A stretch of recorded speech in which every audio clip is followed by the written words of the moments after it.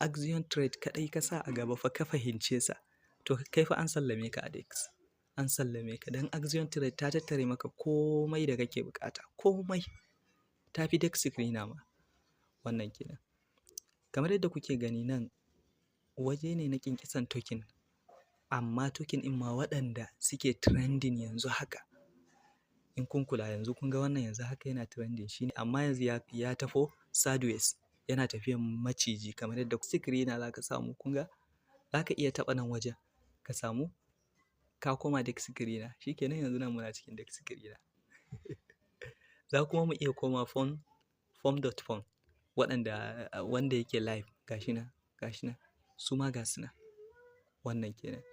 To a cikin nasan kuma za mu iya koma nan, shine inda yanzu token ɗin da aka harba shi yanzu za mu same su yanzu. Kun ga wannan token ɗin minti 1 ne, wannan ma minti 1, wannan minti 2, haka mintuna kaɗan da yanzu aka yi su. Idan kuma muna so waɗanda bayan an yi su sun ɗan fara jan numfashi, to ga su nan.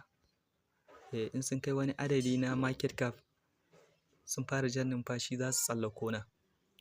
Ga su nan duka wannan su ne. Ɗan kaɗan insha Allah kana fahimta, za kuma ka fara yin nasara.